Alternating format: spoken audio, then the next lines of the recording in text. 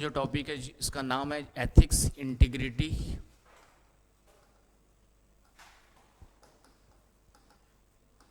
And probity, sorry aptitude. जो पूरे syllabus का टॉपिक का नाम है वह क्या है ना, एप्टीट्यूड। हिंदी में लिखा होगा नीति शास्त्र, सत्यनिष्ठा और अभिवृद्धि। टॉपिक में 3 टॉपिक लिखा है, लेकिन इसके अलावा बहुत सारे टॉपिक्स हैं हमारे पास,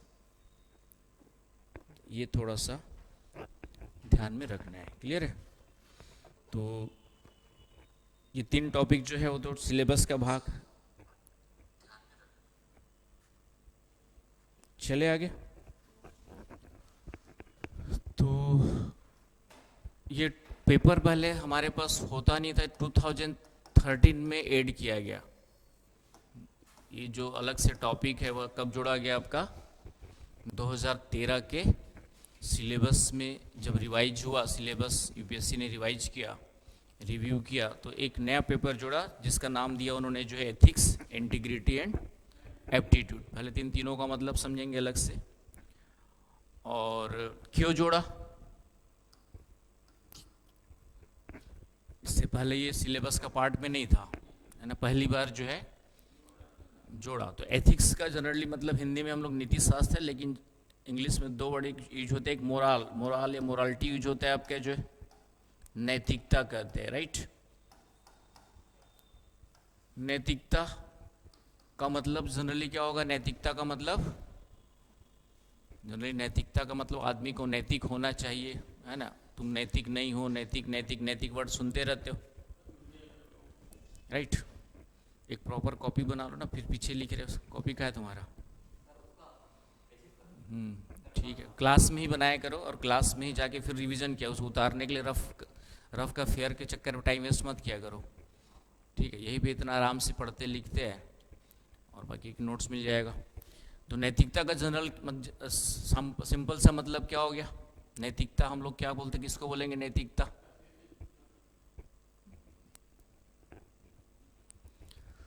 बताओ, नैतिकता किसको कहते हैं?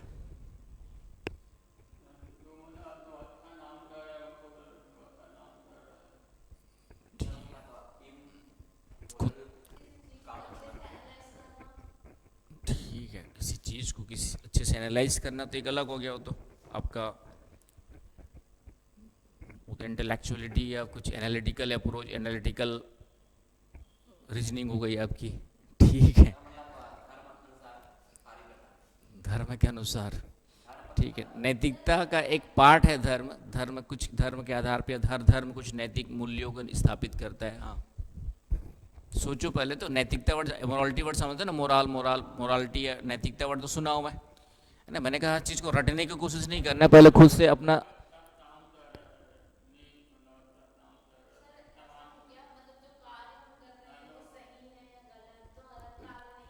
हाँ मतलब नैतिक, हाँ नैतिकता का मतलब जनरली हम लोग इस सेंस में लेते हैं कि कोई काम जो आप कर रहे हो वो सही है गलत के कॉन्टेक्स्ट में। जनरली तो नैतिकता का जनरली मेन सेंस होता है सही है गलत किस संदर्भ में, है ना। सही है गलत किस संदर्भ में, समाज के संदर्भ में, है ना। समाज का सबसे पहला पार्ट हमारा बनता है परिवार। परिवार के संदर्भ में, समाज के संदर्भ में, समाज ही बड़ा होकर के आपका देश या राज्य बनता है आपका जो है कि नहीं। कोई भी हम काम जो करते हैं वह यदि आपके, है ना, परिवार में भी कुछ रूल्स एंड रेगुलेशंस, कुछ नियम्स हमको क्या करने पड़ते हैं, जिसको हम लोग मूल्य पढ़ेंगे। तो जनरली नैतिकता का मतलब हम कहते हैं आपका जो है set of values, some set of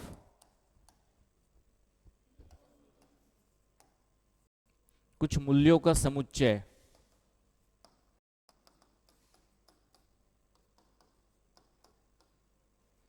कुछ मूल्यों का समुच्चय जिसको के द्वारा, समाज के द्वारा क्या किया जाता है, अनुसरण किया जाता है, माना जाता है। शब्दों को समझना है, शब्दों को पहले समझेंगे तभी आगे की चीजें समझ में आएंगी। सम सेट ऑफ, लिखो ना, क्या कर रहे हो, तो कुछ कुछ लिखते, इधर उधर मत दिमाग फोकस करो।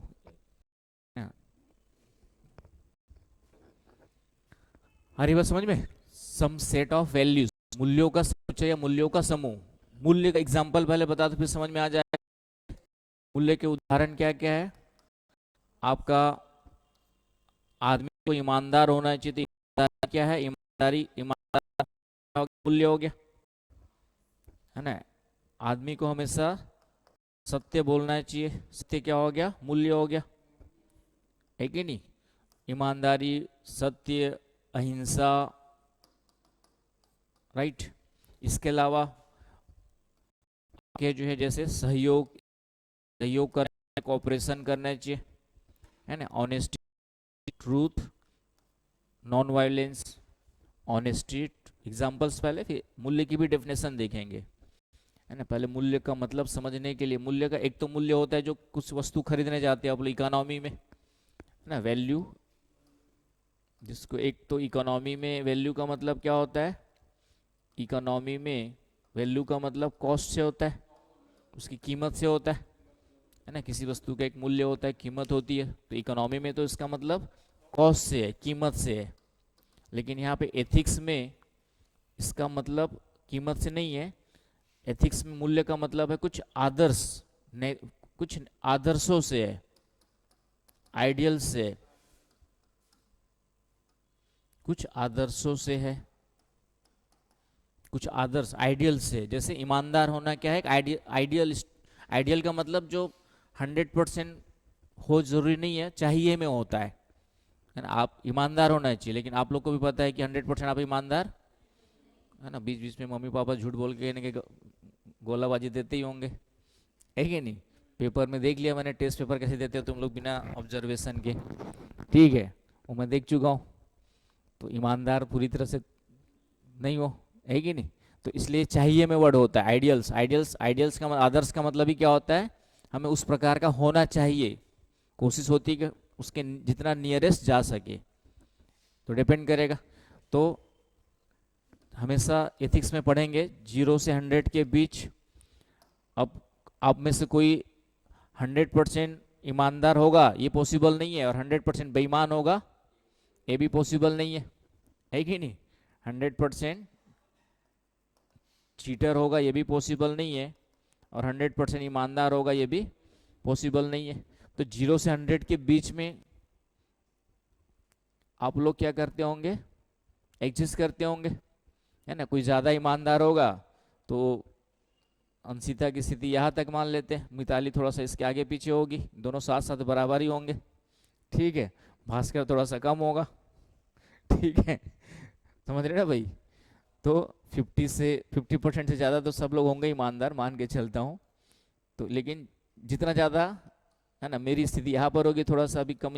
अब नैतिक, एथिक्स पढ़ा के ज़्यादा एथिकल हो गया हूँ, है ना। पिछले 4-5 सालों से एथिक्स पढ़ा, इसके पहले नहीं पढ़ाता था, ज्योग्राफी एनवायरनमेंट ही था। तो एथिक्स पिछले 4-5 साल से पढ़ा रहा हूँ। तो 4-5 साल से पढ़ाते पढ़ाते ही जब आपको पता होता है कि कुछ ऐसा करने से कुछ गलत होगा, तो आप उस काम को, है ना, जैसे हमको पता है कि रेड लाइट जंप करेंगे तो फाइन लगेगा, अब जानते हो तो रेड लाइट जंप नहीं करेंगे। लेकिन हो सकता है कि अभी जो बच्चा है, जो अभी भी नया गाड़ी चलाना सीखा है, उसको पता नहीं कि रेड लाइट जंप करने से फाइन भी हो सकता है, तो हो सकता है कि जंप कर भी दे, ठीक है।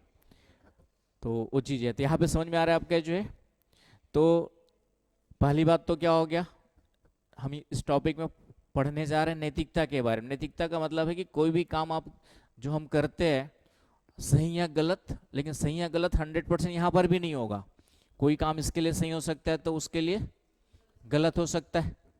तो सही या गलत भी 100% नहीं होता, वो भी आपका एक रिस्पेक्टिवली में होता है, सापेक्ष रूप से होता है। जैसे नॉनवेज खाना हिंदू धर्म के लिए क्या है, आपका गलत है, लेकिन बाकी जो धर्म है उनके लिए नॉनवेज भी कई जगह चढ़ता है आपका जो है कि नहीं? तो उनके धर्म के हिसाब से देखेंगे तो वह गलत नहीं है। तो सही या गलत भी जो है वह विथ रिस्पेक्ट में होता है। जैसे आपके अलग अलग परिवारों के मूल्य अलग अलग है कि नहीं? कुछ चीज़ें हो सकता है कि उनके परिवार में गलत हो लेकिन उनके परिवार में वो चीज़ गलत ना भी हो।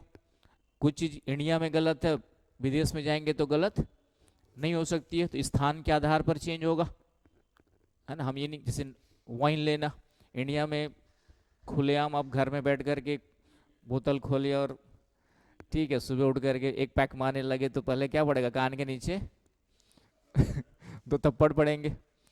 लेकिन जो ठंडे देश है, ठंडी कंट्रीज है, वहाँ पर थोड़ा बहुत नॉर्मल, है ना, शरीर थोड़ा बहुत लेना ठीक है, नॉर्मल शरीर को गर्म रखने के लिए, ठंड बहुत ज़्यादा है तो वहाँ पर एक्सेप्टेड है सोसाइटी में जो है। तो थोड़ा सा वाइन लेना वहाँ के समाज के हिसाब से गलत नहीं है। तो सही है गलत भी जो है ये भी क्या होता है? रिस्पेक्टिवली होता है, सापेक्षिक रूप से होता है। कोई चीज़ किसी के लिए सही हो सकती है तो किसी के लिए गलत हो सकती है, कहीं किसी देश में सही हो सकती है, किसी दूसरी जगह पे गलत हो सकती है। आ रही बात समझ में?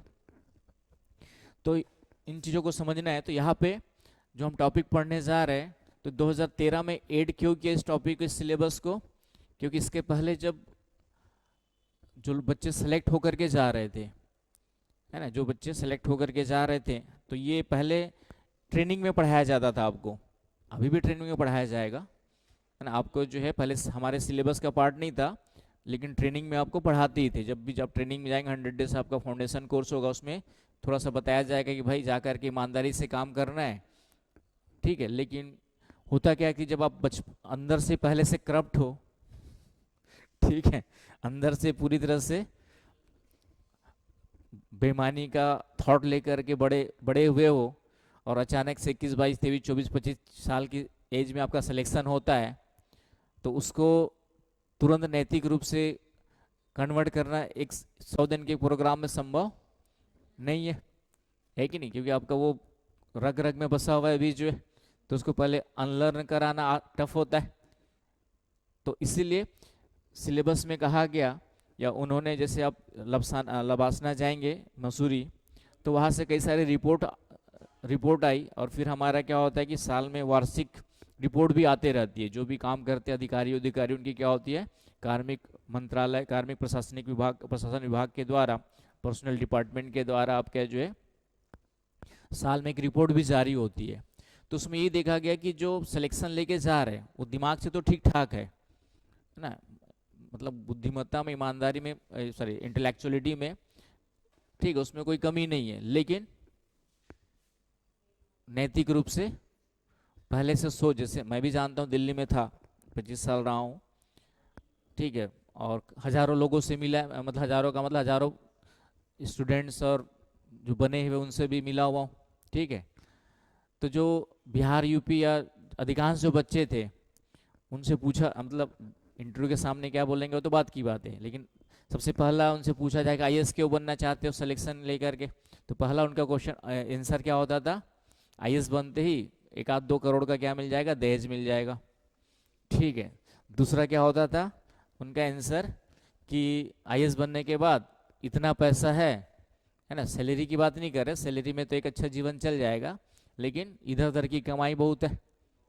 आईएएस हो, आईपीएस हो, फिर आईआरएस तो कमाई के लिए जाना ही जाता है ना, आईआरएस का मतलब कमाई के लिए जाना ही जाता है आप कह जो। तो इसका मतलब है कि जो बच्चा तैयारी कर रहा है उसका दिमाग में ये नहीं कि मुझे जा करके जनता की सेवा करना है ना। कुछ ही लोग जो वाकई में चाहते हैं कि समाज में जा करके दिल से ईमानदारी से क्या करे, सेवा करे, कुछ ही लोग ऐसे विचार वाले मिलते थे। और मैंने देखा कि वैसे लोग का सिलेक्शन ही बहुत कम लोग का हुआ है, जो एकदम करप्ट माइंडेड थे, पहले से उनका सिलेक्शन ज़्यादा देखा है मैंने, रेशियो, है ना, पिछले 25 सालों में, है ना, 25 साल में लगभग मुझे इस फील्ड में स्टूडेंट और टीचिंग करते करते साथ में हो गए। तो पिछले 25 सालों में मैंने देखा है कि जो दिमाग से ज़्यादा करप्ट है, ठीक है, खुरापाती है, उसका ही सिलेक्शन ज़्यादा हुआ है। लेकिन जो वाकई में ईमानदारी से काम करना चाहता है समाज के लिए, उनका कारण कुछ और भी हो सकता था, क्योंकि नैतिक है लेकिन थोड़ा दिमाग उसका कम है, ठीक है। लेकिन जो, ठीक है, इसकी कोई गारंटी नहीं है कि एथिक्स पढ़ने के बाद आप, कोई संबंध नहीं है कि नैतिक हो ही जाओगे, लेकिन संभावना थोड़ी सी बनी रहेगी, है ना। मैंने कहा कि कानून तोड़ने की संभावना उसकी ज़्यादा है जो कानून के बारे में नहीं जानता है ना। कुछ ऐसे काम हो सकते हैं जो हमको पता नहीं कि इलीगल है और हमने कर डाला, लेकिन जब जान गए कि नहीं ये इलीगल है तो उसके बाद करने की संभावना कम होती है। जैसे मैंने कहा कि लॉ ऑफ कर्मा कुछ दिनों पहले तक उतना तुम लोग बिलीव नहीं करते थे, लेकिन मेरे साथ पढ़ते पढ़ते 1-2 महीनों में लॉ ऑफ कर्मा विश्वास हो जाएगा कि गलत करोगे तो गलत होगा ही होगा, वो आज नहीं तो कल होगा। कहाँ होगा किधर होगा पता ही नहीं चलेगा, लोगों को पता ही नहीं चलता है। ठीक है, फिर बोलते कि एक्सीडेंट क्या हो गया मेरा अचानक से, ठीक है, मेरे बच्चे बिगड़ के हो गए, पेरेंट्स बनने के बाद लगता है कि मेरे बच्चे क्यों बिगड़ गए, तो उनको पता ही नहीं होता कि जो तुमने नंबर 2 की कमाई की वो कहाँ से फलेगा, क्योंकि बददुआओं के साथ आ रहा है। तो वो चीज़ों के बारे में नहीं सोच पाते कि ये सब क्यों हो रहा है, फिर भगवान को गाली देते बैठ करके कि भगवान मेरे साथ ही गलत क्यों कर रहा है। ये नहीं देख रहे तुम कितने के साथ गलत कर रहे हो। फलता किसी को नहीं है, वो आज नहीं तो कल नहीं तो अगले जन्म में भुगतेगा। ठीक है, इस जन्म में भी हो सकता है। जितने भी गलत काम करने वाले लास्ट में जेल में जाते ही है, कुछ लोग बच जाते हैं तो अगले जन्म में भुगतेंगे। फिर अगले जन्म में कहीं पे अपंग बच्चा पैदा हो, अंधा पैदा हो जाएगा, अपंग पैदा हो जाएगा। ठीक है, और ये भले हम प्रूफ नहीं कर सकते, लेकिन अभी तक का जो मेरा विश्लेषण कहता है कि हाँ आत्मा होती है और पुनर्जन्म होता है। ठीक है, क्योंकि नहीं तो फिर बच्चा पैदा होती है अपंग क्यों पैदा होगा, उसने तो अभी कोई कर्म किए ही नहीं है, राइट। तो वो मिलेगा, इस जन्म में मिले नहीं तो अगले जन्म में मिले। अभी तो आप लोग का पूरा जन्म बचा है, तो इसी जन्म में मिलेगा। अभी तो जो गलत सोचोगे गलत करोगे तो आई ना बात समझ में। तो कहने का मतलब है कि पेपर क्यों डाला गया, क्योंकि 2013 से पहले जितने भी सिलेक्शंस हो रहे थे उसमें ये देखा गया कि दिमाग से तो ठीक ठाक लोग आ रहे हैं, लेकिन दिल से पूरी तरह से क्या है, आपके जो है करप्ट है, पहले से बेईमानी का सोच लेकर के बन रहे, तो डेफिनेटली समाज में जाकर के वो बेईमानी ही करेंगे। और किसी भी विकासशील देश में है ना, हमारा समाज जब 1947 में स्वतंत्र हुआ तो बहुत पिछड़ा हुआ था। अब आपके हाथ में पूरी जिम्मेदारी होती है, नेता लोग और आपके हाथ में, 2 लोगों के हाथ में पूरी जिम्मेदारी होती है देश को आगे बढ़ाने की, और यही लोग सबसे ज़्यादा करप्ट है। नहीं तो अदरवाइज आज देश हमारा क्या होता, अमेरिका से आगे होता। आज हमारा देश क्या होता, हमारे पास इतने रिसोर्सेस है, इतना टैलेंट है। अमेरिका आधे से ज़्यादा, अमेरिका में सॉफ्टवेयर इंजीनियर, डॉक्टर्स कहाँ से मिलेंगे, सब इंडिया से मिलेंगे। आ रही ना बात समझ में। लेकिन हमारे नेता और ब्यूरोक्रेट्स, इन्होंने पूरे देश को जितना आगे और जा सकता था उतना जाने ही नहीं दिया। तो इस तरीके से समस्याएं आ रही थी। इसलिए कहा जाता है कि थोड़ा दिमाग से कम लेकिन दिल से ईमानदार व्यक्ति ज़्यादा अच्छा होता है। लेकिन दिल से बेईमान है और दिमाग तेज है तो पूरा अपना दिमाग कहाँ लगाएगा, वो करप्शन करने में लगाएगा। यदि आपका दिमाग तेज है और करप्शन में चले गए तो आप नई नई तकनीक ढूंढोगे करप्शन करने की। तो इसलिए कहा गया कि थोड़ा कम दिमाग होगा चलेगा, लेकिन क्या होना चाहिए, आपके जो है दिल से ईमानदार होना चाहिए। ऐसे हमें प्रशासक चाहिए, क्योंकि समाज में आपके पास बहुत सारी जिम्मेदारियां होती है। आप चाहे तो लाखों लोगों की जिंदगी आपके हाथ में होता है कि लाखों लोगों की जिंदगी आप संवार सकते हो, और आप बेईमान हो गए तो जो लाखों लोगों को जिंदगी संवारने का मौका था आपके पास, उसी पर अपनी ज़िंदगी संवारने में निकल जाएंगे। आप खुद की या 2-4-10 आपके आसपास भाई भतीजों की, यही होगा ना भाई भतीजावाद। तो इसीलिए प्रशासक को क्या होना है, ईमानदार होने की उम्मीद की जाती है, ताकि तभी हम हमारे समाज का, हमारे देश का क्या हो सकता है, विकास हो सकता है। आ रही है बात समझ में। ये सब भाषण दे रहा हूँ, ये भी काम का है, मतलब इसको इग्नोर नहीं करना है। जैसे एक क्वेश्चन आया था, वॉरेन बफेट जानते हो कौन है वॉरेन बफेट?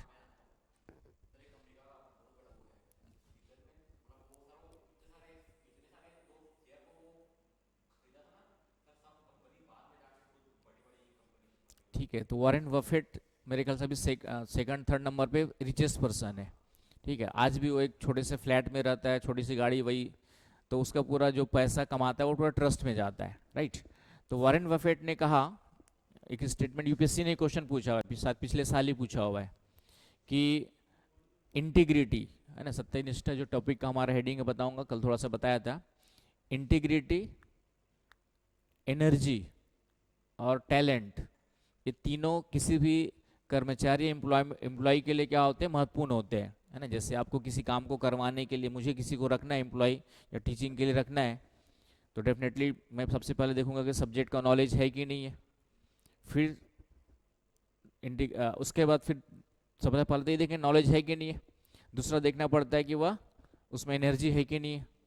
पता चला आलसी व्यक्ति भास्कर के समान, आज कॉलेज जाने का मन नहीं कर रहा, सो लेता हूँ। तुम तो ठीक भी एक और है आदर्श करके ठीक है, वो इकलौता बेटा है, उसके घर वाले परेशान रहते उठा उठा करके भेजने के लिए। तो ऐसे भी आलसी बच्चे, दिमाग ठीक है उसका लेकिन है आलसी, तो उसको मैं एम्प्लॉयमेंट में रखूंगा क्या? नहीं रखूंगा, है ना। दिमाग उसका बहुत अच्छा है, मैं बोल रहा हूँ भाई तू 1 साल 1.5 साल मेरे साथ बैठ के तैयारी कर लेगा तो आईएएस भी बन जाएगा। लेकिन जब वो इतना आलसी है कि उसको मैं पढ़ने भी बैठेगा तो कभी आता है क्लास, कभी नहीं आता है, तो उसके इंटेलेक्ट का कोई यूज हो पाएगा क्या? नहीं हो पाएगा। तो वैसे लोग को एनर्जी होना जरूरी है, राइट। और एक है इंटीग्रिटी, सत्यनिष्ठा, ईमानदारी। तो वारेन बफेट ने कहा है इन तीनों में यदि हम मुझे किसी एम्प्लॉय को रखना हो तो मैं सबसे ज़्यादा इंपॉर्टेंस किसको देता हूँ? इंटीग्रिटी को देता हूँ, सबसे ज़्यादा इंपॉर्टेंस किसको देता हूँ। उसके बाद बाकी 2 चीज़ों को देखता हूँ। आलसी व्यक्ति भी कभी कभी ज़्यादा अच्छा काम कर जाता है, ठीक है। आलसी व्यक्ति भी, क्योंकि वो आलसी इतना है कि फिर नए नए तरीके सोचेगा कि बिना जाए कैसे काम करना है। तो जिसने रिमोट से सब चालू करना बनाया होगा वो आलसी व्यक्ति रहा होगा। जैसे गेट, कोई ऐसा व्यक्ति होगा जो गेट भी बिना उठे खोलने का जो ऑप्शन ढूंढने वाला सोचा होगा पहले तो, कि ऐसा क्या सोचूं कि बिना बिस्तर से उठे गेट खुल जाए, ठीक है। तो आलसी व्यक्ति होगा और उसने रिसर्च करके फिर गेट खोलने का भी सेंसर ढूंढा होगा आपने, जो समझ में आ रहा है ना भाई। तो आलसी व्यक्ति भी कुछ, हाँ श्योर, तो आलसी व्यक्ति भी जो है कभी कभी कुछ अच्छी खोजें कर जाता है, कर सकता है। लेकिन जो ईमानदार नहीं है, तो फिर ईमानदार नहीं है तो पूरा इंटेलिजेंट है लेकिन ईमानदार नहीं है तो फिर ऑर्गेनाइजेशन में वो क्या करेगा? कुछ ना कुछ खुरापाती करने की हमेशा सोचते रहेगा। तो इससे ऑर्गेनाइजेशन का क्या होगा? आपका नुकसान होगा। इसलिए वॉरेन बफेट जैसे व्यक्ति भी किसको ज़्यादा महत्व देते हैं? इंटीग्रिटी को। तो इसी कंटेक्स में 2013 में यह सिलेबस में डाला गया कि यदि जो बच्चे तैयारी कर रहे हैं उसको पहले से थोड़ा सा एथिक्स के बारे में पता होगा, एथिक्स के बारे में पता होगा तो हम उसको फिर ट्रेनिंग देंगे, तो संभावना है कि वो थोड़ा सा ज़्यादा कहीं ना कहीं जो है बेईमानी कम करेगा। करेगा तो ऐसे भी ठीक है, इससे कोई गारंटी नहीं कि एथिक्स पढ़ने के बाद आप बेईमानी ना करो, लेकिन थोड़ा सा पीछे से आवाज़ आएगी अंतरात्मा की कि नहीं, गलत काम नहीं करना है मुझे। समाज आपका जो है, जो मेरा सिलेक्शन हुआ है बस जनता की सेवा के लिए हुआ है, समाज के लिए हुआ है। मेरे हाथों में कई सारे लोगों की जिंदगी आपका जो है क्या निर्भर है। तो यदि मैं कुछ गलत करता हूँ, करप्ट करता हूँ, तो कई सारे लोगों की जिंदगी का विकास क्या हो जाएगा? रुक जाएगा। तो इस तरीके से एक पीछे से आवाज आएगी तो थोड़ा सा कंट्रोल करोगे आप। चलिए भाई, आपका जो 1 करोड़ खर्च, 1 करोड़ कोई आपका सेंक्शन हुआ है तो 10 लाख रख लेता हूँ, 90 लाख खर्च कर देता हूँ। इसका उल्टा होता था पहले कि 10 लाख खर्च करते थे, 90 लाख अपने पास रखते थे। तो कम से कम इतना तो उम्मीद कर सकते कि क्या हो जाएगा, आप थोड़ा सा नैतिक, इतना नैतिक तो बन ही जाओगे। इसी कंटेक्स में सिलेबस में क्या डाला गया? सब्जेक्ट डाला गया। अरे बस समझ में। तो कई सारी चीज़ें आएंगी, अभी शब्दों को पहले समझते हैं, ठीक है। एथिक्स तो डिटेल पढ़ेंगे ही। तो यहाँ पे सबसे पहले ये वर्ड आते रहेगा, नैतिकता नैतिकता नैतिकता, बार बार आएगा। तो नैतिकता के लिए इंग्लिश में 2 वर्ड है। एथिक्स का मतलब भी नैतिकता होता है ना। तो एथिक्स को हम डिटेल पढ़ेंगे। एथिक्स जो है 2 संदर्भों में यूज होता है। एथिक्स शब्द जो है, एथिक्स वर्ड जो है, इसके ठीक है 2 कॉन्टेक्स्ट में देखेंगे, 2 संदर्भों में देखेंगे तो इसका अलग अर्थ मिलेगा। 2 कॉन्टेक्स्ट, एक तो हो गया कि विषय के रूप में, एक सब्जेक्ट के रूप में देखेंगे इसको। तो सब्जेक्ट के रूप में इसको हम लोग कहते हैं नीति शास्त्र कहते हैं। हिंदी में क्या कहते हैं? नीति शास्त्र। एक विषय के रूप में 2 संदर्भ में एथिक्स जो है 2 संदर्भों में देखा जा सकता है। एथिक्स का अर्थ जो है, एथिक्स का meaning of ethics in 2 context, ठीक है। 1 कॉन्टेक्स्ट क्या है आपका? विषय के रूप में, एक विषय के रूप में। समझ रहे हो ना भाई? रटने वाला सब्जेक्ट नहीं है, सोचने वाला है, एक विषय के रूप में। इसको हम लोग क्या कहते हैं, नीति शास्त्र कहते हैं। और एक आपका जो है, इसको अभी बताया मैंने, एथिक्स किस खंडन में, आपका जीवन जीने के तरीके के रूप में, या सही या गलत के रूप में, जीवन जीने के तरीके के रूप में, या सही या गलत के रूप में, राइट और रॉन्ग।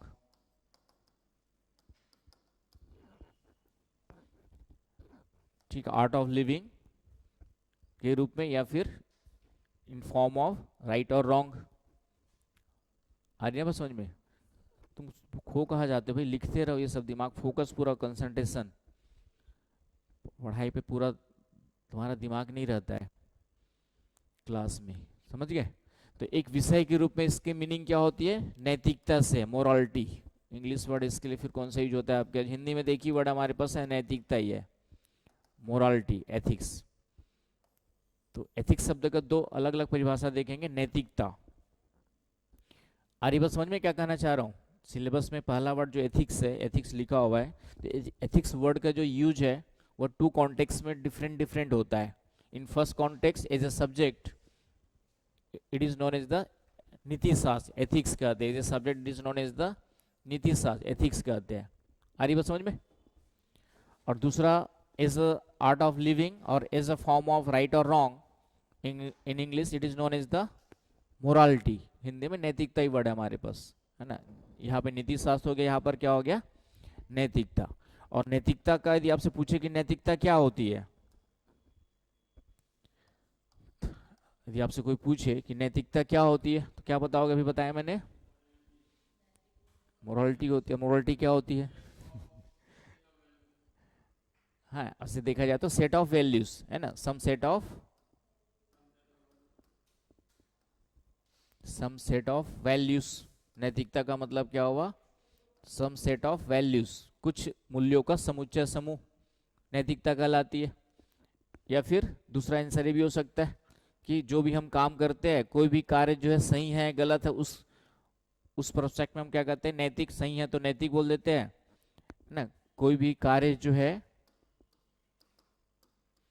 जो मनुष्य, कोई भी कार्य या कृत्य कहते हैं हम लोग, एक्ट नहीं, इसके लिए हम लोग कौन सा वर्ड यूज करते हैं, कोई भी कृत्य। कृत्य किसके द्वारा किया जाएगा, मानव के द्वारा। तो कोई भी मानवीय कृत्य, मानव कृत्य, कोई भी मानवीय कृत्य, ह्यूमन एक्शन, कोई भी मानवीय कृत्य, यानी शब्दों को, है ना, कोई भी सब्जेक्ट जब नया पढ़ने स्टार्ट करते पहले उसके वर्ड्स को ही हमें क्या करना पड़ता है, अंडरस्टैंड करना पड़ता है, तभी वो सब्जेक्ट समझ में आएगा, है कि नहीं।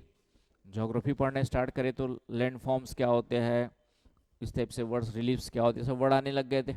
यहाँ पे कुछ वर्ड्स आएंगे। तो मोरालिटी का मतलब एक तो ये हो गया, सम सेट ऑफ वैल्यूज, कुछ मूल्यों का समुच्चय या समूह, या फिर कोई भी मानवीय कृत्य।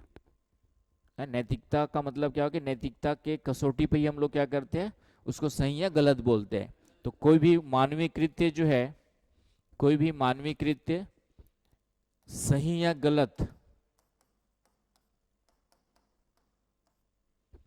सही या गलत, नैतिकता की कसौटी पर ही कहा जाता है।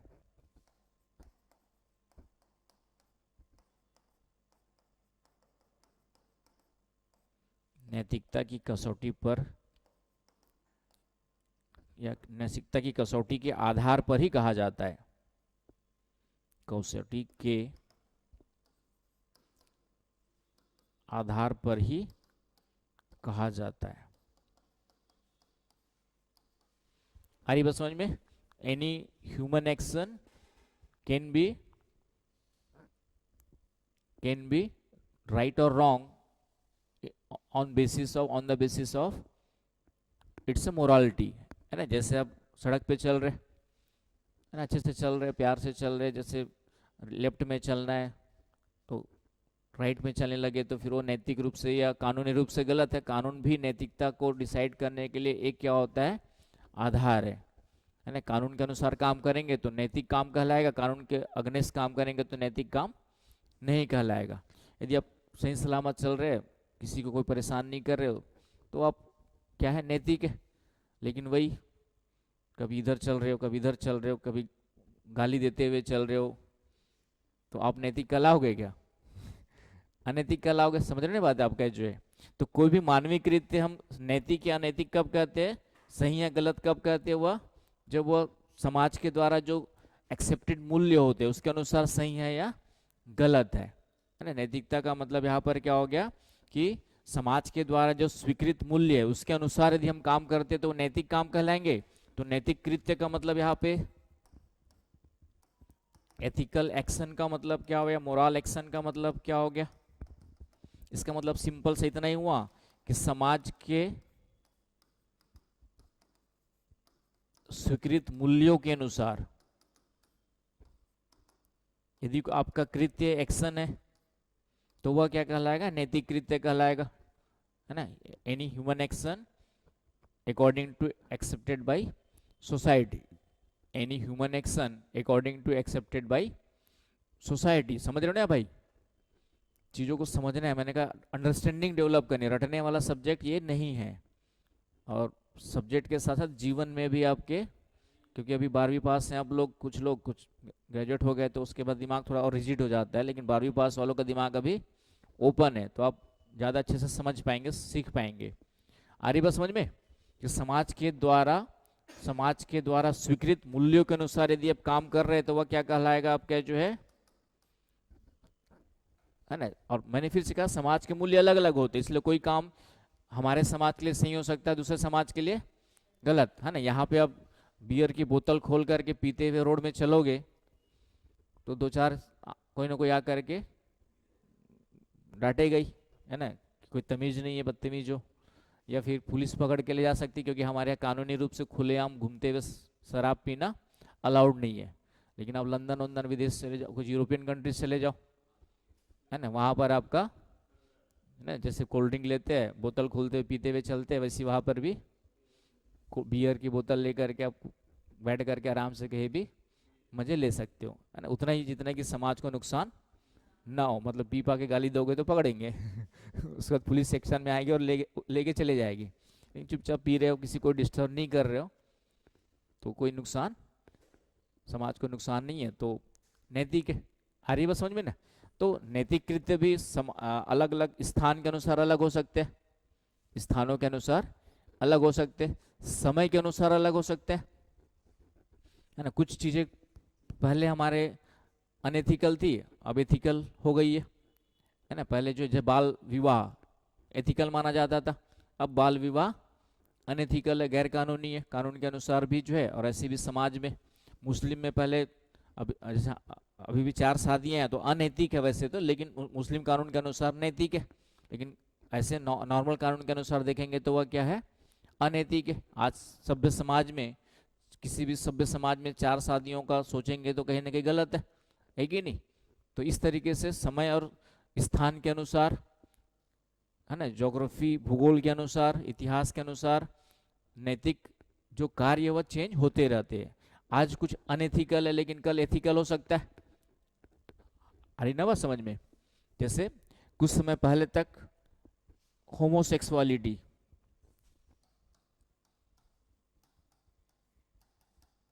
समलैंगिकता,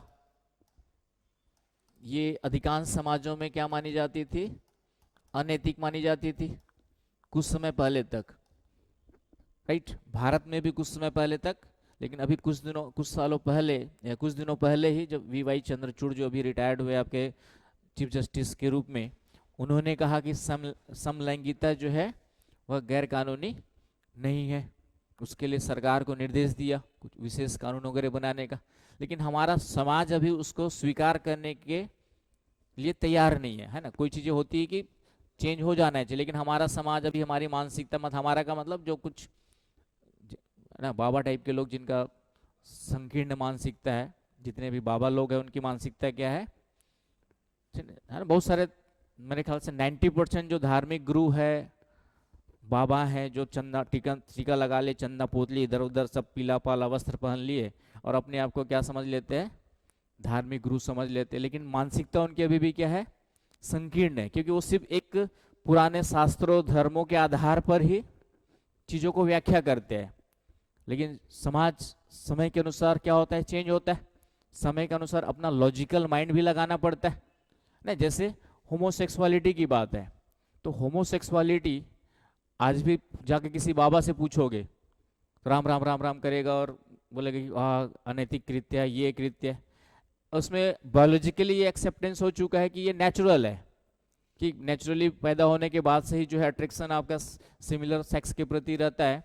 तो अब उसी को बाकी जो विकसित देश उन्होंने एक्सेप्ट कर लिया है ना। समलैंगिकता को वहाँ पे लीगल मान लिया गया है ना, उनके कुछ राइट्स है उनको दे दिए गए। आ रही बस समझ में। लेकिन हमारा समाज अभी उसके लिए तैयार नहीं है। तो यहाँ पर अभी भी धार्मिक गुरु, और 90% धार्मिक गुरुओं के पास जाओगे तो उसको बोलेंगे समाज कहाँ जा रहा है, क्या कर रहा है, क्योंकि अभी उनका दिमाग से वो शास्त्रों में ही चल रहा है, रटे रटा है ना। उस शास्त्र जब लिखे गए थे 5000 साल पहले, तब समाज की स्थिति अलग थी, तब हमारा समाज विकसित होना भी स्टार्ट नहीं हुआ था।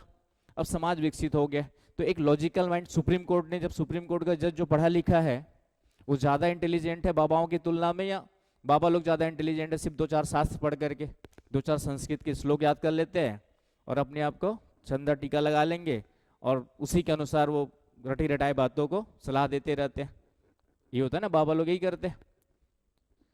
तो वो ज़्यादा एक्सेप्ट, समाज को उसकी बातों को ज़्यादा सुनना चाहिए कि सुप्रीम कोर्ट का जो पढ़ा लिखा जज है ना, जो chief justice of India, one of the intellect क्या माना जाएगा आपका, जो है पर्सन माना जाएगा, जो वहाँ पे पहुँचा है, वो भी समाज को समझता है। और वो जब बोल रहा है कि होमोसेक्सुअलिटी जो है इलीगल नहीं है, कोई भी इसमें अनैतिक नहीं है, तो उसकी बात को ज़्यादा मानना चाहिए। लेकिन अभी भी बाबा लोग के चक्कर में ये चीज़ें, अभी हमारे समाज में इसके लिए अभी कोई कानून नहीं बना है। कुछ दिनों पहले तक जो थर्ड जेंडर हम जिसको कहते हैं, थर्ड जेंडर समझते हैं आप, है ना। 2 जेंडर तो जानते हैं, male and female. Third gender जिसको हम लोग क्या बोलते हैं, हिजड़ा बोलते हैं, ठीक है, और अलग अलग नेम्स है, लेकिन जनरली इसको हम ये वर्ड भी अच्छा नहीं मानते, इसलिए हम लोग इसको क्या कहते हैं, थर्ड जेंडर कहते हैं, राइट। आप कह जो है, तो इनके लिए हमारे पास कोई अधिकार, अब ये जो थर्ड जेंडर पैदा हो रहे हैं उनमें उनकी कोई गलती है क्या, नहीं है। तो उनको भी समाज में रहने का उतना ही हक मिलना चाहिए जितना कि मेल और फीमेल को मिलता है। पुराने समय में शास्त्रों में क्या लिखा है कि इनके बारे में ये लिखा होगा कि कोई भी अच्छा कार्य हो तो उस समय आपका थोड़ा गाना बजाने ताली बजाने आ जाएंगे, और उनको जो भी, तो उनकी ज़िंदगी किसमें चलती, मांग करके ही चलती है, आप कह जो ना। हालांकि उन लोग भी अपने अधिकारों का मिसयूज करते, कोई प्यार से दे रहा है ले ले, लेकिन कई जगह पे उन लोग इतना प्रेशर या दबाव डालने की कोशिश करते हैं, गलत तरीकों का यूज करते हैं, तो वो भी गलत करते कई जगह। लेकिन मजबूरियाँ उनकी, क्योंकि उनका जीवन किससे चलेगा, रोजी रोटी सिर्फ मांग करके काम चल रहा है। वो भी तो इंसान ही है, उनको भी भूख लगती है, उनके भी बड़ी ज़रूरतें हैं। तो हमारे पास अभी तक कोई ऐसी व्यवस्था नहीं है। अभी कुछ दिनों पहले ही वो भी किसी थर्ड जेंडर ने पूरा लड़ाई लड़ी, तब जा करके उनको अधिकार दिए गए, उनको पढ़ने का अधिकार दिया गया, रोजगार में अधिकार दिया गया, और कई जगह चुनाव लड़ने का अधिकार दिया गया। तो जा करके अब सांसद वगैरह एक आध दो कुछ बने हुए हैं, तो जाके देखना 2-4 कुछ अच्छे लीडर्स है इनमें थर्ड जेंडर में, जो उन्होंने अच्छा काम किया, तब जा करके उनको अधिकार देना स्टार्ट हुआ है। अब उनको भी आपका रोजगार, एम्प्लॉयमेंट, हमारे पास एम्प्लॉयमेंट में कॉलम ही नहीं हुआ करता था, स्कूल में जाते तो भरते कॉलम ही नहीं हुआ करता था। लेकिन अभी भी देखेंगे तो स्कूलों में थर्ड जेंडर का पढ़ते हुए किसी को देखा है क्या? तो अभी भी सोच सकते हो कि उनकी स्थिति एजुकेशन के क्षेत्र में नहीं है कि नहीं। अब हो सकता है कोई पढ़ने जाए तो हमारे स्कूल वाले कैसे ट्रीट करें, इसकी भी कोई गारंटी नहीं है अभी। आई ना बस समझ में। जबकि उनको भी एक नॉर्मल बच्चों के साथ बैठाल के पढ़ाना चाहिए, बस ये बताना चाहिए कि भाई हम मेल है फीमेल। उसी प्रकार एक नया तीसरा जेंडर भी है जो डिफरेंट तरीके से बिहेव करता है, उनका फिजिकल स्ट्रक्चर क्या है आपका अलग है, डिफरेंट है। इतने तो बच्चों को बताने की जरूरत है, जो बच्चा बड़ा हो रहा है उसको, है ना। जैसे मेरे बच्चे कभी पूछते भी है कि ये मांगने की आवाज आते हैं इन लोग करके, तो मुझे उनको समझाना पड़ता है कि नहीं, समाज के एक हिस्से के रूप में, वो भी जो है जेंडर के रूप में। लेकिन हमने उसको अभी इम्पोर्टेंस नहीं दिया हुआ किसी कारण से, तो धीरे धीरे समाज उनको समझाना पड़ता है। लेकिन वही बच्चे जब पढ़ने जाएंगे तो उसमें कोई बुराई थोड़ी है।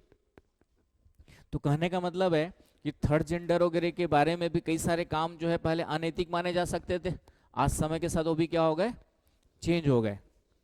तो समाज हमेशा लॉजिकल माइंड से काम करना चाहिए, सही या गलत, है ना। पुराने ढर्रों, ठीक है, बहुत सारे शास्त्रों की, मैंने कहा कि शास्त्रों की 90% बातें अच्छी है ना, मैं गलत नहीं मान रहा हूँ। शास्त्रों की 90% बातें क्या हमारी, लेकिन 10% कुछ ऐसी चीजें भी है जो गलत है, तो उसको तो हमारा माइंड कहता है कि गलत है, तो गलत करके स्वीकार करो और एक्सेप्ट करो कि हाँ ये चीजें पिछले समाज में जो हुई है उसको सुधार करके आगे बढ़ना है। आ रही बस समझ, लेकिन हम वही पुराने डरों को लेके चलेंगे तो काम नहीं चलेगा, सीधी सी बात है। एनीवे, हाँ।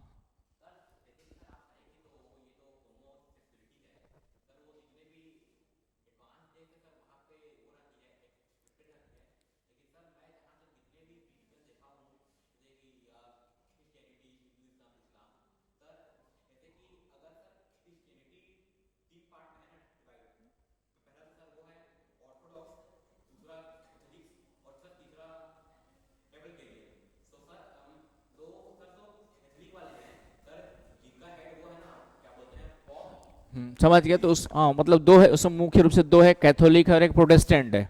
तो प्रोटेस्टेंट लोग प्रोग्रेसिव है, उन्होंने एक्सेप्ट कर लिया। कैथोलिक फिर वही पुराने विचारधारा बाबा टाइप के लोग हो गए, वो भी जो है क्रिश्चियनिटी में भी जो कैथोलिक हो गए, क्या हो गए, जो पुराने परंपरागत विचारधारा वाले हो गए, तो वो नहीं मानते। बाकी प्रोटेस्टेंट प्रोग्रेसिव है। और यहाँ पे देखेंगे तो क्रिश्चियनिटी एक है, लेकिन प्रोटेस्टेंट लोगों का प्रोग्रेस ज्यादा हुआ है। जितने भी पूंजीवाद विकसित है आपका, जितने भी विकसित देश है, वो प्रोटेस्टेंट वाले ज्यादा विकसित मिलेंगे, ऑर्थोडॉक्स वाले भी पिछड़े हुए मिलेंगे। तो डेफिनेटली समय के साथ विचार चेंज करोगे तो प्रोग्रेस करोगे, नहीं तो फिर वही के वही पड़े रह जाओगे।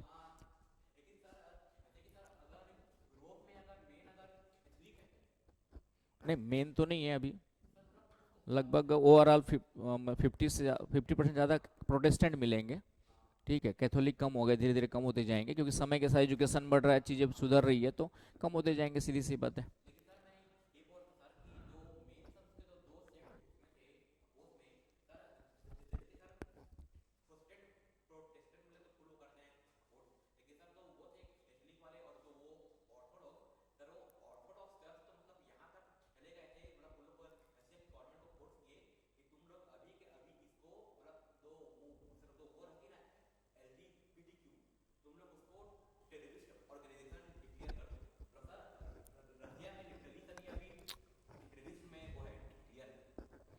हाँ, मतलब वही कहा ना कि पुराने सोच वाले हैं, अब वो भारत भी हो सकते हैं, विदेशों में भी कई सारे ऐसे और जैसे कैथोलिक वाले हो गए, तो उन लोग एक्सेप्ट नहीं करते, तो उन लोग अभी भी उसको, अब वो थेरेडिस मान ले या कुछ मान ले, वो उनकी गलती है, सीधी सी बात है। लेकिन लॉजिकली देखेंगे तो गलत।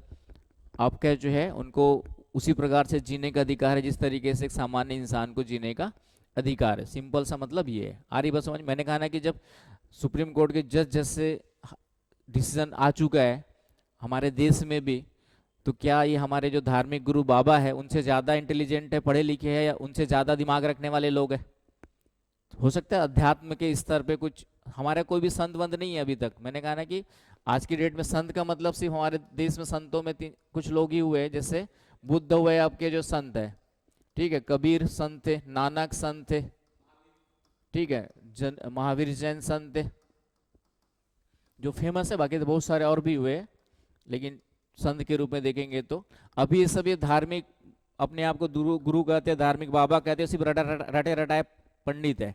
ठीक है, जो शास्त्रों में लिखा है रट लिया, उसके आगे का कुछ पूछोगे लॉजिकली आज के कंटेक्स में सही है गलत है, दाएं बाएं वही घूमते रहेंगे। ठीक है, तो कुछ नहीं कर पाते। तो ये संत का मतलब होता है, जब संत बन जाते हैं आप, तो संत का सीधा सा मतलब होता है कि आप सभी चीजों से ऊपर उठ जाते हैं। मतलब आपके लिए परमात्मा सिर्फ क्या होता है, एक होता है। संत का मतलब हो गया कि जिसके लिए सभी व्यक्ति समान हो जाते हैं, आपका पूरा विश्व उसके लिए क्या हो जाता है, एक हो जाता है, समान हो जाता है।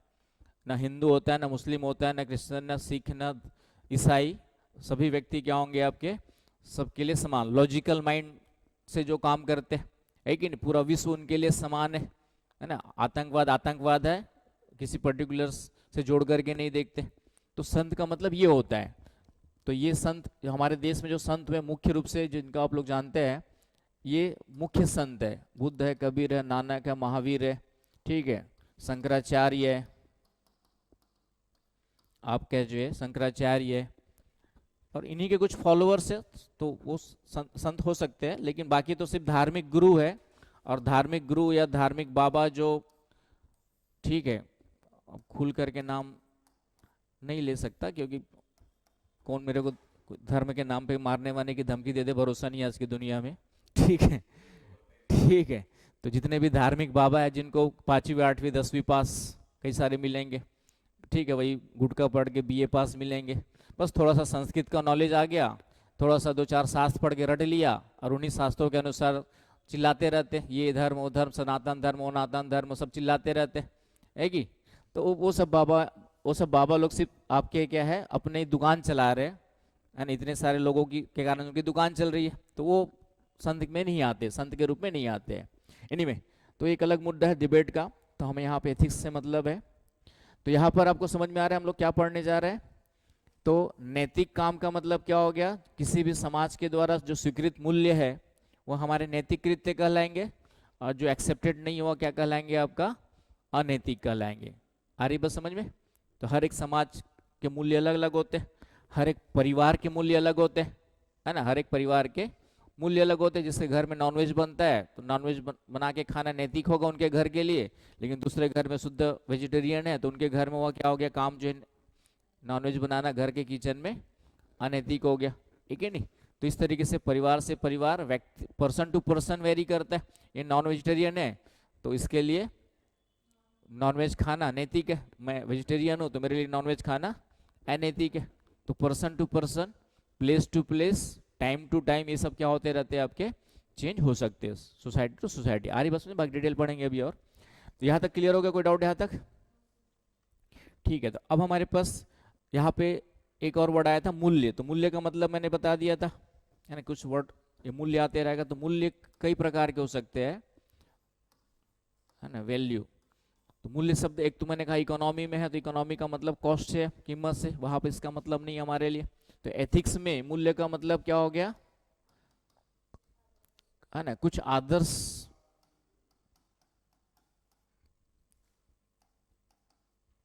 जिससे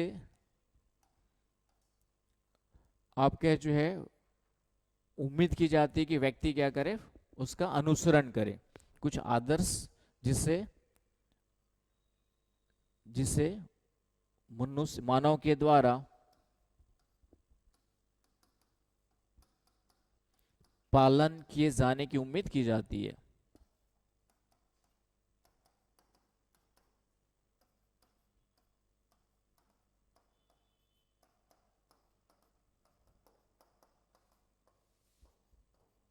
आ रही बात समझ में? एक इंग्लिश में क्या होगा, दोज आइडियल्स या sum of ideals which can be expected by human being to follow। आ रही बात समझ में? some of ideals which are expected to follow by human beings। आ रही बात समझ में? इंग्लिश मीडियम वालों को लिख लिया, समझ में आ रहा है? छोटे छोटे ये सब जब तक नहीं समझ वही घूमते रहोगे तुम लोग। तो मूल्य का मतलब समझ में आएगा। वैल्यूज क्या है, सम आइडियल्स का मतलब ये चाहिए में होगा, हमेशा ध्यान रखिए। आदर्श स्थिति का मतलब क्या होगा, ये शुड बी हो भी सकता है, 100% तो कभी नहीं होगा, बट उसके नियरेस्ट जितना हो सकता है वो हो सकता है। मैंने कहा ना, आप लोग में से 100% कितने ईमानदार है ना? कितने लोग अच्छे हैं आप मुझसे बताओ, और कितने लोग बुरे हैं? तो मैंने फिर से कहा ना कि कोई भी 100% अच्छा नहीं होगा, और कोई 100%, है ना, बैड एंड गुड के बीच की स्थिति होगी। कोई ज़्यादा अच्छा होगा, कुछ थोड़ा कम अच्छा होगा, थोड़ा खराब होगा, कुछ ज़्यादा खराब होगा। तो इसके बीच में स्थिति सबकी हो सकती है। आई ना बस समझ, इसलिए 100% ना तो अच्छा या बुरा नहीं कर सकते। तो आदर्श का मतलब वही हो गया, शुड बी, चाहिए हमें कुछ मूल्यों को क्या करना चाहिए। अब इसी में हमारे कई सारे मूल्य आते हैं। तो जैसे हम लोग वर्ड्स आएगा, मूल्य का मतलब मानवीय मूल्य, ह्यूमन वैल्यूज से हो गए। तो जितनी भी चीजें हैं, बहुत सारे मानवीय मूल्य हमारे जो है। मानवीय मूल्य कैसे, मैंने कहा जस्ट आपका घर से शुरुआत करो। तो घर में आपस में आप लोग सब एक साथ क्यों रहते हो? क्योंकि आप एक दूसरे के बीच में कहीं ना कहीं प्रेम बना हुआ है। प्रेम आपका बना हुआ है, प्यार बना हुआ है, तभी आप भाई बहन माँ बाप के साथ, है ना, घर परिवार में प्रेम होता है, सहयोग होता है। सुबह उठ कर कोई चाय बनाएगा तो कोई नहाएगा नहाएगा तो अपने लिए, दूसरे के लिए थोड़ी नहाएगा सहयोग, कोई चाय बनाएगा, कोई नाश्ता बनाएगा, कोई दूसरा काम करेगा, गार्डनिंग करेगा, कोई पानी डालेगा, कोई झाड़ू पोछा करेगा। तो ये आपस में क्या है? सहयोग हो गया, है ना। किसी को समस्या आती तो सॉल्व करेंगे। तो प्रेम, सहयोग, ठीक है, सहिष्णुता, टॉलरेंस, एक दूसरे को टॉलरेट भी करना पड़ता है घर में। सहिष्णुता भी होता है, एक मूल्य आपका जो है। सत्य जो है, कोशिश करते हैं कि एक दूसरे से झूठ ना बोले घर में, रिश्तों में ना। जितनी ज़्यादा ट्रूथ पे बेस्ड, सत्य पे बेस्ड रिलेशंस होंगे, उतने ही आपके लंबे चलने की संभावना है ना। थोड़ा बहुत बीच में झूठ बोलते ही है, जरूरत पड़ती की जगह झूठ बोलना ज़्यादा जरूरत पड़ जाता है रिश्तों को बनाए रखने के लिए, ठीक है खास करके हस्बैंड वाइफ के रिलेशन में हर चीज़ सच बताने लग गए तो फिर तो जो रिश्ता चलना है वो भी खत्म हो जाएगा। लेकिन लेकिन उतना दिमाग होना चाहिए कि कहाँ पे बताने की जरूरत है, कहाँ पे बताने की जरूरत नहीं है। वो माइंड आपके पास होना ही चाहिए, नहीं तो फिर मुश्किल होता है। कई लोग, कुछ ऐसे फ्रेंड्स देखा मैंने जो बताने की जरूरत नहीं वो भी बता देते हैं, तो फिर हो जाता है महाभारत शुरू, ठीक है। तो कौन सी चीज़ बतानी चाहिए, नहीं बतानी चाहिए, उतना दिमाग, है ना। कुछ ज़्यादा ही ऑनेस्ट हो जाओगे तो भी नुकसान होता है। तो एक प्रैक्टिकल लाइफ में दोनों के बीच बैलेंस होता है। एनीवे, लेकिन ये मूल्य आपके जो इस प्रकार, और बताओ कुछ मूल्य अपने हिसाब से।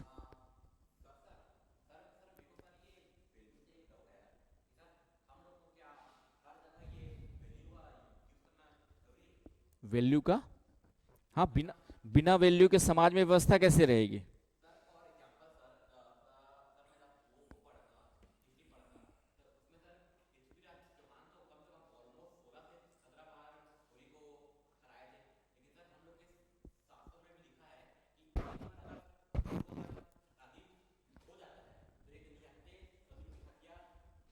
वो तो मूल्य हो गया, लेकिन अब वो सामने वाला करप्ट है तो क्या कर लोगे?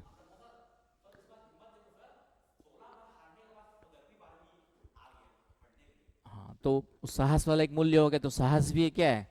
करेज। करेज भी एक मूल्य हर किसी में नहीं होता है ना। बाकी उसने जैसे निहत्थे पे हथियार नहीं उठाना चाहिए, ये एक मूल्य है।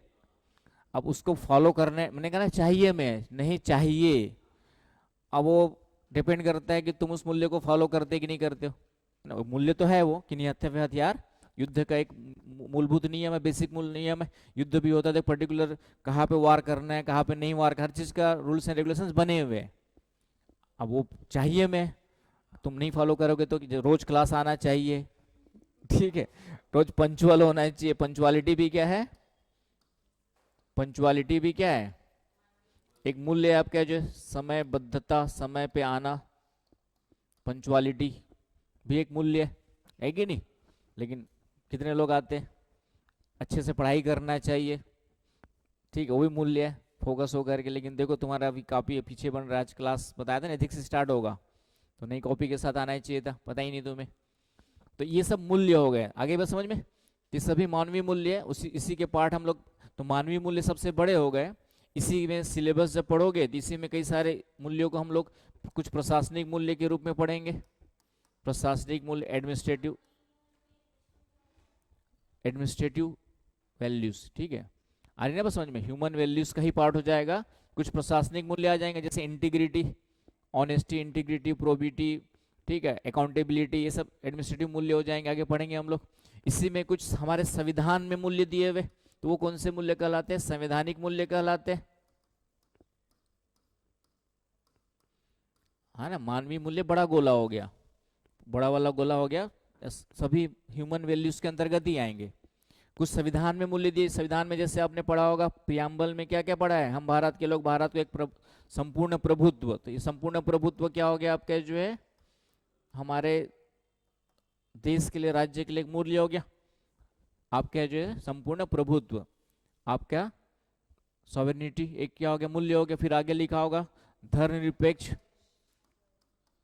सेक्युलर, याद हो गया? प्रियम्बल याद हुआ कि नहीं हुआ सबको? बोलो।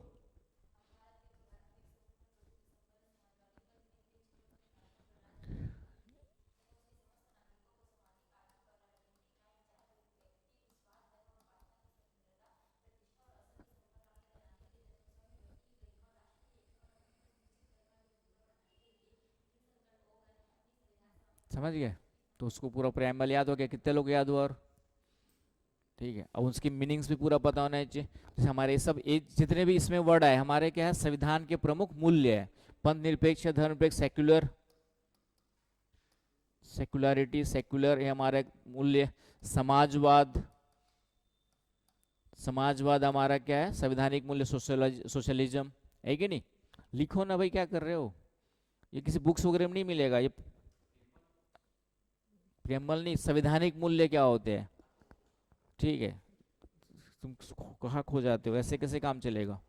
फिर संवैधानिक मूल्य में और क्या आएंगे आपको, जितने भी अभी पढ़ा। जस्टिस, जस्टिस में हम लोग सामाजिक, आर्थिक, राजनीतिक न्याय पढ़ा। तो जस्टिस, न्याय, इसमें 3-4 प्रकार, सामाजिक, आर्थिक, राजनीतिक न्याय पढ़ा हमने जो है ना। समानता, इक्वालिटी, ये सब हमारे क्या संवैधानिक मूल्य है। हाँ, किसके अंतर्गत? Constitutional values. ठीक है, कॉन्स्टिट्यूशनल वैल्यूज में जो प्रियम्बल में जितने भी वर्ड्स हैं हमारे, वो सब कॉन्स्टिट्यूशनल वैल्यूज में आएंगे।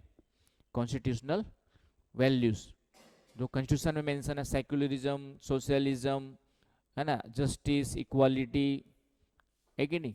ये सब आपके ब्रदरहुड, सॉवरेनिटी, आ रही बात समझ में?